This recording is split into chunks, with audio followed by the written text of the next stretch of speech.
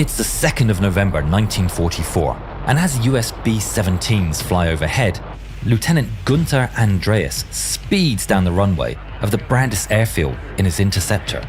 It's a very special aircraft, the ME-163 Comet, the only rocket-powered aircraft to ever see combat, and at this time, it's the fastest plane in the world.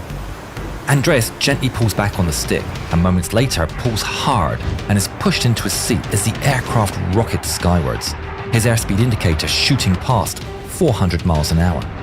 He's joined by 15 other pilots, all in Comets, to defend fuel plants from the Allied attack.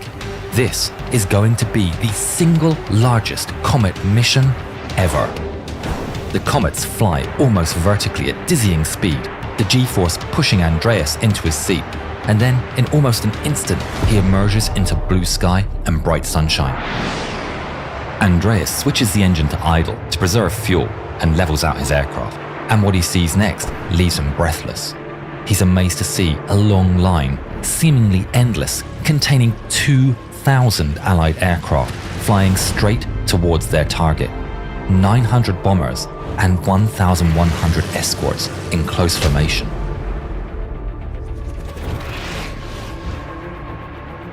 The Comets see the target and scatter. Andreas and his friend, Oberfeldwebel Jakob Bollenrath, prepare for the high-speed dive the Comets were built for.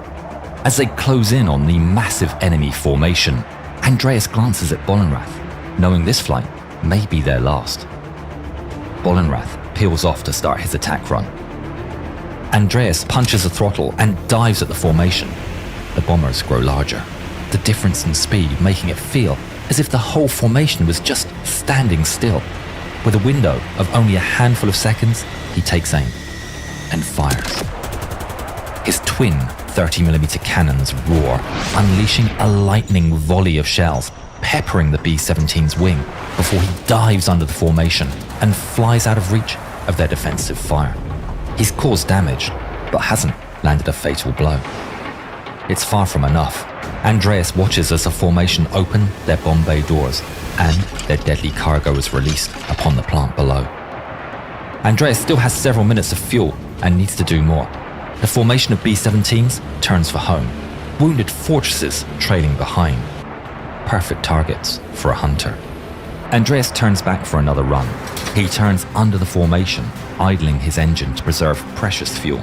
The massive figures of the bombers loom above him as he positions himself under his target. Then he pushes the throttle to maximum and feels like he's kicked across the back as the rocket unleashes its might, using up the last reserves of the Comet's fuel to propel it to close to 600 miles an hour. Andreas pulls up on the stick and rises into the air, attacking from below. But the B-17's ball turret gunner sees him coming and swiftly turns the turret to meet Andreas's attack. The German pilot lands his crosshairs directly on his target and opens fire. One of his cannons immediately jams, but he's committed. At the same time, the ball turret gunner manages to move his twin machine guns onto an intercept for the Comet. The machine guns roar, and the two men trade fire. Andreas holds his path as 50 caliber bullets zip around him. His Comet's sole remaining 30mm cannon is striking the B-17 across its underside. It's like a bat out of hell and just as hard to hit. But then, the American finds his mark. The bullet strikes the canopy and flies through the cockpit.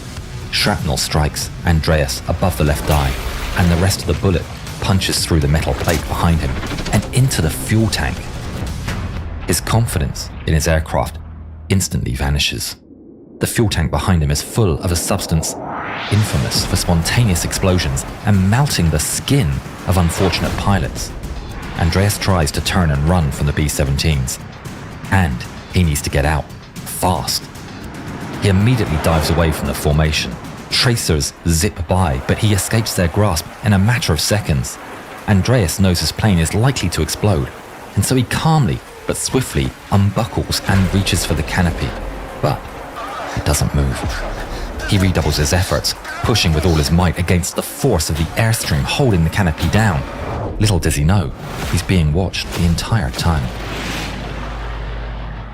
The commanding officer of the 336th Squadron, Captain Fred Glover, has been watching Andreas from the cockpit of his P-51 Mustang. Got one. Intercepting. Seeing the contrails of the Comet, he turns to starboard to intercept and slides in behind Andreas' stricken plane. Andreas sees the Mustang and gets back on the stick, pushing it forward in an attempt to dive as the Mustang unleashes a fire hose of .50 caliber fire. Glover roars by, and Andreas pushes his throttle to full to escape. But nothing happens. He's out of fuel. Andreas looks over his shoulder and sees the Mustang turning back. He tries the canopy again, desperate to get out, but it's not budging. He looks back up at the chilling sight of 6 deadly .50 caliber machine guns coming straight at him. Glover holds the trigger down and rains hell upon the small-winged rocket ship. The Comet sheds pieces, entire panels peeling off, revealing the machinery within.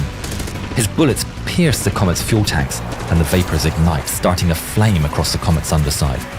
Andreas turns his little plane upside down and dives as he feels his aircraft being shot up from underneath him.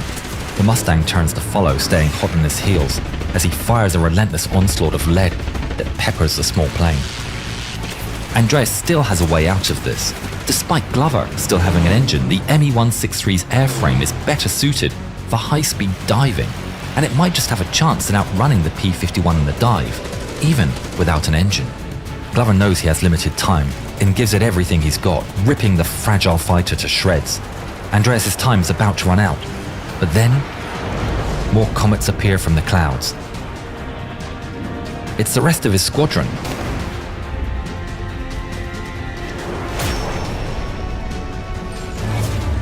It's your lucky day, Comet. Glover abandons the chase, leaving Andreas to his fate. A fate that looks worse by the second. Andreas holds the dive, deepening it, praying the wind alone is enough to blow out the highly volatile fuel burning inside his aircraft. And miraculously, it works. The fire subsides and Andreas levels out. But then it reignites with fury. The rocket's 2 fuels burn in contact, creating a fire impossible to extinguish. He needs to get out, straight away.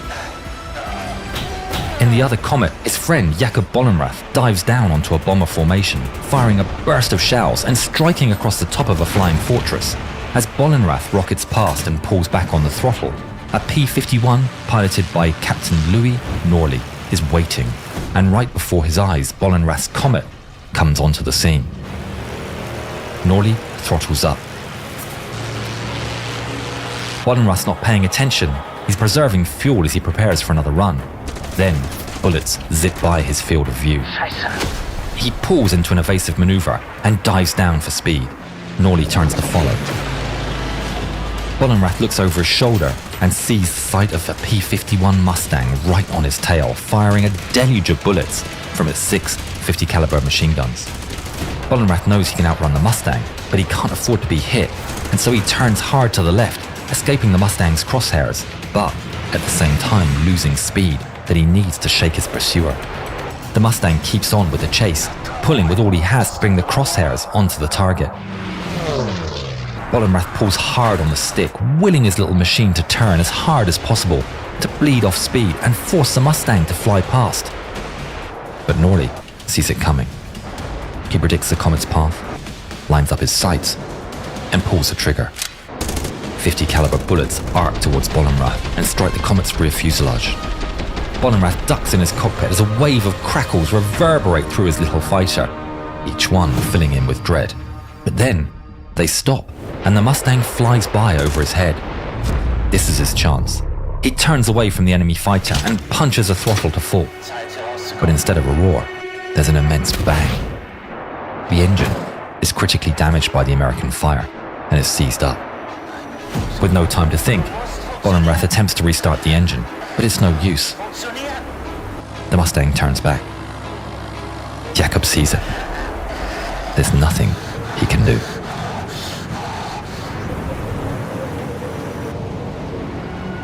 Norley opens fire. .50 caliber bullets tear into the small aircraft from tail to the cockpit. Flames flicker from the bullet holes in the Comet as it rolls over, out of control. In the other Comet, Andreas is still fighting to escape his burning plane. He pushes on the canopy, but it remains stuck. He fights it with all his might as he feels the heat of the fire bleeding through his chair. He's going to burn alive.